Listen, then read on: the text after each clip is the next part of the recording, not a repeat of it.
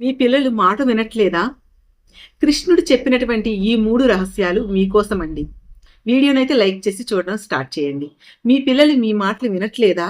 కృష్ణుడు అభిమన్యుడి కథ ద్వారా తల్లిదండ్రులకి చెప్పినటువంటి ఈ 3 రహస్యాలు ఇప్పుడు తెలుసుకుందామండి. లేట్ చేయకుండా వీడియో అయితే చూసేయండి. ఈ రోజుల్లో ప్రతి ఇంట్లో వినిపించే ఒకే ఒక ఆవేదన మా పిల్లలు మా మాట వినట్లేదండి అని. ఎంతో గారాబంగా పెంచాము, అడిగినవన్నీ కొనిచ్చాము, అయినా సరే వారితో మాకు దూరం పెరిగిపోతుంది అని తల్లిదండ్రులు కుమిలిపోతున్నారండి. కానీ ఒక్కసారి ఆలోచించండి. తప్పు బిడ్డలదా? లేక వారిని పెంచుతున్నటువంటి మన పద్ధతిదా? ఈ గందరగోళానికి వేల ఏళ్ల క్రితమే ద్వాపర యుగంలో ఆ పరమాత్మ శ్రీకృష్ణుడు అద్భుతమైనటువంటి పరిష్కారాన్ని చూపించాడండి. అభిమన్యుడి జీవితం ద్వారా తల్లిదండ్రులకు ఆయన అందించినటువంటి ఆ రహస్యాలు ఏమిటో ఇప్పుడు మనం తెలుసుకుందామండి. అసంపూర్ణ జ్ఞానం ఎంతటి ప్రమాదమో అభిమన్యుడి కథ మనకి చెబుతుందండి. అలానే ఈ ఆధ్యాత్మిక రహస్యాలను కూడా సగం సగం విన్నారనుకోండి, మీకు పూర్తి ఫలితం దొరకదండి. అందుకని పూర్తిగా వీడియోని చూడండి. మీ విషయాన్ని పూర్తిగా తెలుసుకోండి. అసలు బిడ్డల పెంపకం ఎప్పుడు మొదలవుతుందో తెలుసా అండి? చాలా మంది పిల్లలు పుట్టి మాటలు నేర్చిన తర్వాత సంస్కారం నేర్పాలని అనుకుంటారు కదండి. కానీ అది పొరపాటండి. కృష్ణుడు చెప్పినటువంటి మొదటి రహస్యం గర్భ సంస్కారం. అభిమన్యుడు తల్లి గర్భంలో ఉన్నప్పుడే పద్మవ్యూహాన్ని ఛేదించడం కోసం విన్నాడంట. అంటే బిడ్డ భూమి మీదకి రాకముందే తల్లి ఆలోచనలను, తల్లి వినే విషయాలను తనలో నిక్షిప్తం చేసుకుంటాడంట. ఈ రోజుల్లో మనం ఇప్పుడు అందరూ కూడా గర్భవతులుగా ఉన్నప్పుడు ఎలాంటి సినిమాలు చూస్తున్నాం, ఎలాంటి మాటలు మాట్లాడుతున్నాం అనేది ఒక్కసారి మనం అందరం ఆలోచించాలండి. తల్లి మనసు ప్రశాంతంగా ఉంటేనే పుట్టబోయే బిడ్డ కూడా మేధస్సు వికసిస్తుందండి. కేవలం పౌష్టికాహారం పెడితే సరిపోదండి. ఆ సమయంలో తల్లి చదివే పుస్తకాలు, వినే దైవనామాలు బిడ్డ వ్యక్తిత్వాన్ని నిర్మిస్తాయంటండి. అర్జునుడు సుభద్రకు యుద్ధతంత్రం వివరించినప్పుడు అభిమన్యుడు గర్భం నుండి స్పందించాడంట. దీనిని బట్టి మనకు అర్థమయ్యేది ఏమిటి అంటే బిడ్డలకు మంచి నేర్పడానికి వారు పెద్దయ్యే వరకు ఆగక్కర లేదు అని.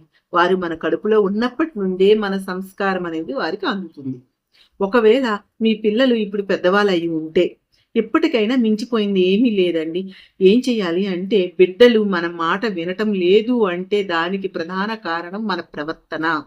పిల్లలు మనం చెప్పే మాటల కంటే మనం చేసే పనులనే ఎక్కువగా గమనిస్తారంటండి. కృష్ణుడు అర్జునుడికి గీతోపదేశం చేసేటప్పుడు కేవలం మాటలతో సరిపెట్టలేదు. తన విశ్వరూపాన్ని చూపి కార్యశీలిగా మారమని ప్రోత్సహించాడంట. మనం ఇంట్లో పెద్దలను గౌరవించకుండా పిల్లలని మాత్రం అందరినీ గౌరవించాలి అని చెప్తే వాళ్ళు వింటారా చెప్పండి? మనం నిరంతరం ఫోన్లతో కాలక్షేపం చేస్తూ పిల్లల్ని పుస్తకాలు చదవమంటే వాళ్ళు చదువుతారా? ఖచ్చితంగా చేయరండి. తల్లిదండ్రులు ఒక అద్దం లాంటి వాళ్ళు పిల్లలకి. మీరు ఎలా ఉంటే మీ పిల్లలు కూడా అలానే తయారవుతారండి. ఇంకా కడుపులో ఉన్నప్పటి నుంచే గర్భ సంస్కారం అని చెప్పాను కదండి. దానికోసం వీడియోలు పెట్టాను. ఎవరైనా ప్రెగ్నెంట్ లేడీస్ ఉంటే ఆ వీడియోల్ని ప్లీజ్ చూడండి. ఆ వీడియో లింక్ని డిస్క్రిప్షన్లో కింద ఇస్తానండి. మీరు ఒకసారి వెళ్ళి చూడండి, చాలా బాగుంటాయండి. అభిమన్యుడు తన తండ్రి అర్జునుడి పరాక్రమాన్ని, కృష్ణుడి జ్ఞానాన్ని చూస్తూ పెరిగాడు. అందుకే పద్మవ్యూహంలోకి వెళ్ళేటప్పుడు తన ప్రాణాలకు తెగించి పోరాడారు. సంస్కారవంతమైన బిడ్డలు కావాలని కోరుకునే వాళ్ళు ప్రతి తల్లిదండ్రులు మొదట తనని తాను దిద్దుకోవాలి. మనం క్రమశిక్షణగా ఉంటే ఆ క్రమశిక్షణ బిడ్డలకు సహజంగానే అబ్బుతుందండి. బలవంతంగా రుద్దే ఏ విషయమైనా సరే పిల్లల్లో ఎదురు తిరిగే తత్వాన్ని పెంచుతుందంట. అందువల్ల నేటి సమాజంలో పిల్లలకి సౌకర్యాలు పెరిగాయి కానీ సంస్కారం తగ్గిపోతుంది కదండి. దీనికి కారణం మనం వారికి విలువల కంటే వస్తువులకే ఎక్కువ ప్రాధాన్యత ఇవ్వటం. కృష్ణుడు అభిమన్యుడికి అస్త్రశస్త్రాల కంటే ముందు ధర్మాన్ని బోధించాడంట. పద్మవ్యూహం అనేది కేవలం యుద్ధ తంత్రమే కాదండి, అది మన జీవితంలో ఎదురయ్యే సవాళ్లకు ప్రతీక. ఆ వ్యూహాన్ని ఎలా ఛేదించాలో తెలిసినవాడు జీవితంలో ఎలాంటి కష్టానైనా తట్టుకోగలడు. కానీ అభిమన్యుడికి వ్యూహం లోపలికి వెళ్ళడమే తెలుసు కానీ బయటికి రావటం తెలియదు. ఎందుకు? ఎందుకంటే సుభద్ర ఆ విషయం వింటున్నప్పుడు నిద్రపోయారు కాబట్టి. అంటే తల్లిదండ్రులు ఏ విషయంలోనైనా అశ్రద్ధ వహిస్తే దాని ఫలితం బిడ్డల భవిష్యత్తుపై పడుతుందండి. మనం పిల్లలకు చదువు నేర్పిస్తున్నాం, సంపాదన మార్గాలు చూపిస్తున్నాం, కానీ కష్టం వచ్చినప్పుడు ఆ కష్టాన్ని ఎలా ఎదుర్కోవాలో నేర్పటం లేదు. అందుకే చిన్న చిన్న సమస్యలకే నేటి తరం పిల్లలు కృంగిపోతున్నారు. అందుకని ఈ కథలో లోతైన పరమార్థం ఉందండి. పిల్లలు మీ మాటలు వినాలి అంటే మొదట మీరు వారి మనసుని గెలాలి. అధికారంతో కాదండి, అనురాగంతో గెలాలి. వాళ్ళని మార్చాలి. కృష్ణుడు ఎప్పుడూ కూడా ఎవరిని బలవంతం చేయలేదు. అర్జునుడికి సర్వం వివరించాడు. తర్వాత నీ ఇష్టం అని చెప్పాడు. నీ ఇష్టం వచ్చినట్టు చెయ్యు అని వదిలేశాడు. నిజమైన పెంపకం అంటే పిల్లలకు స్వేచ్ఛని ఇస్తూనే ఆ స్వేచ్ఛను సద్వినియోగం చేసే విచక్షణను నేర్పించడం. మన పిల్లలు అభిమన్యుల్లా పరాక్రమవంతులు కావాలి కానీ మధ్యలోనే ఆగిపోయే వాళ్ళు కాకూడదు. వారికి పూర్తిగా జ్ఞానాన్ని అందించే బాధ్యత మనదే అండి.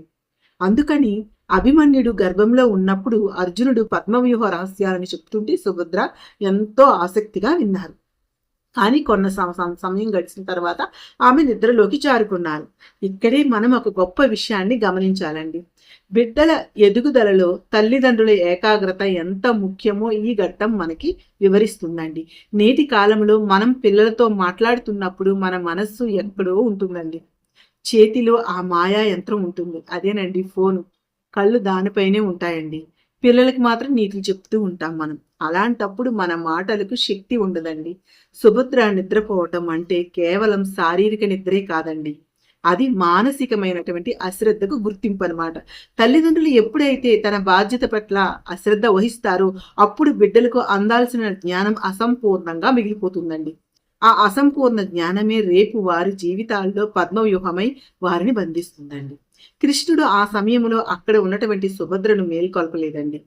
ఎందుకంటే ప్రకృతి నియమం ప్రకారం ఏది ఎలా జరగాలో అలానే జరుగుతుంది.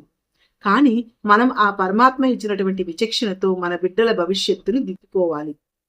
పిల్లలు చిన్న వయసులో ఉన్నప్పుడు వారి ప్రశ్నలకు మనం ఇచ్చే సమాధానాలే వారి మేధస్సుకు పునాదండి. అభిమన్యుడు అడిగినటువంటి ప్రతి ప్రశ్నకు అర్జునుడు ఓపికగా సమాధానం చెప్పాడంట. ఆ ఓపికే నేటి తల్లిదండ్రులకు అత్యంత అవసరమండి. అందుకని రెండవ రహస్యం ఏమిటంటే పిల్లల చుట్టూ ఉండే వాతావరణం. కృష్ణుడు అభిమన్యుడిని కేవలం యుద్ధ వీరుడిగానే కాకుండా ధర్మం తెలిసినటువంటి వ్యక్తిగా పెంచాడు.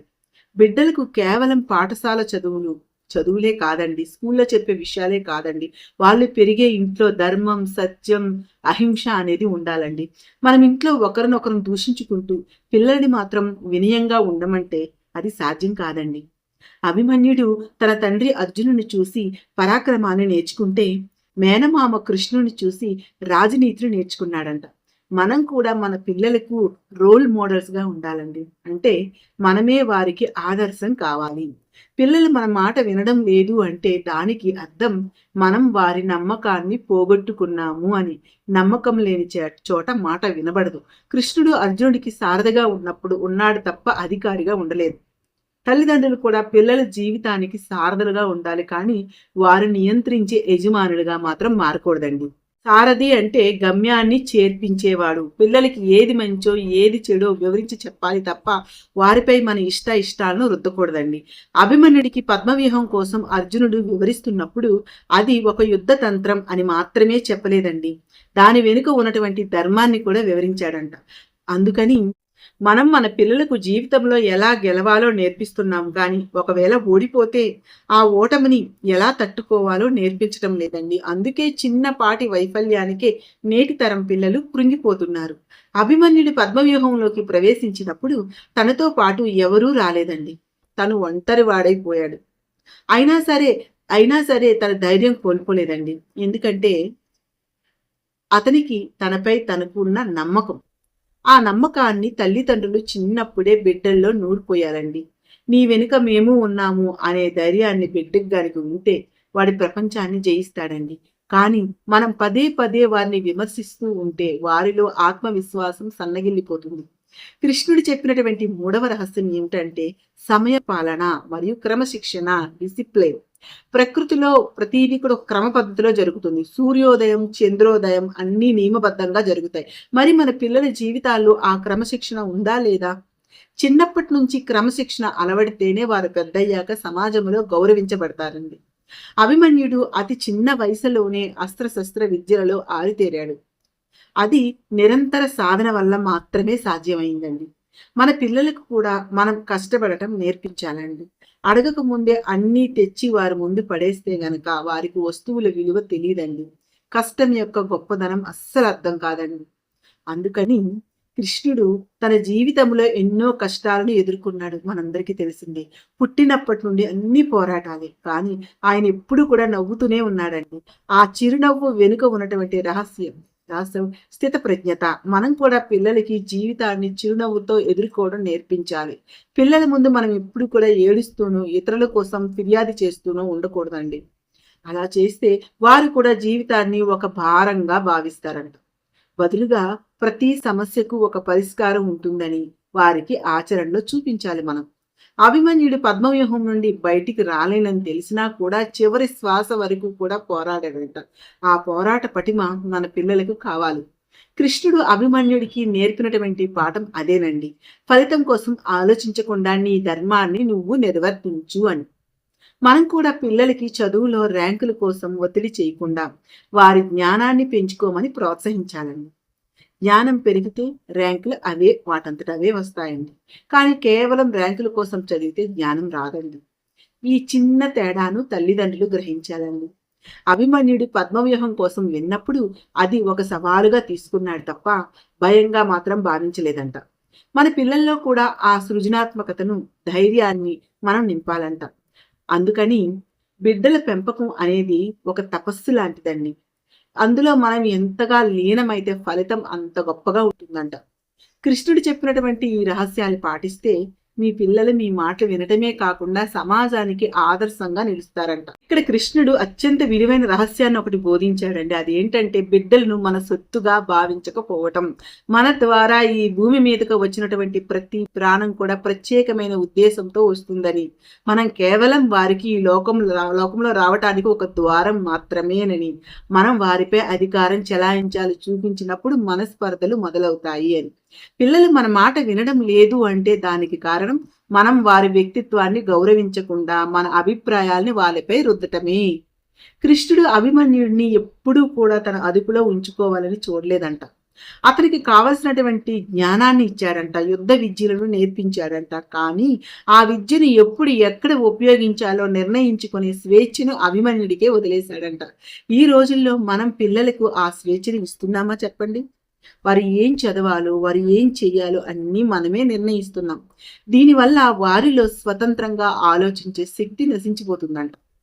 అభిమన్యుడు పద్మవ్యూహంలోకి వెళ్ళాలని నిర్ణయించుకున్నప్పుడు ధర్మరాజు వారించినా కూడా తన ధర్మాన్ని తాను గుర్తించి ముందుకు వెళ్ళాడంట. ఆ నిర్ణయమే అతన్ని అమరుణ్ణి చేసిందంట. అందుకని మనం మన పిల్లలను ఎంతగా ప్రేమిస్తున్నామో వారితో అంత సమయం గడుపుతున్నామా లేదే అనేది ముఖ్యమండి. మాట వినని పిల్లని మార్చడానికి దండన ఒక్కటే అండి. దండన ఒక్కటే మార్గం కాదు. మాట వినని పిల్లల్ని మార్చడానికి దండన ఒక్కటే మార్గం కాదంటండి. కృష్ణుడు ఎప్పుడు ప్రేమతోని అర్జునుడిని లేదా అభిమన్యుడిని సో చూశారు కదండి. వీడియో అయితే మీకు నచ్చింది అనుకుంటున్నాను, యూస్ఫుల్ అనుకుంటున్నానండి. నచ్చితే మీకు యూస్ఫుల్ అనుకుంటే ప్లీజ్ అండి వీడియోని లైక్ చేయండి, ఛానల్ని సబ్స్క్రైబ్ చేసుకొని చాలా మంచి వీడియోస్ ఉన్నాయి ఒకసారి వెళ్ళి చూడండి. మీకు వీడియోస్ నచ్చుతాయండి. నచ్చితే నా ఛానల్ని సబ్స్క్రైబ్ చేసుకోండి ప్లీజ్ అండి.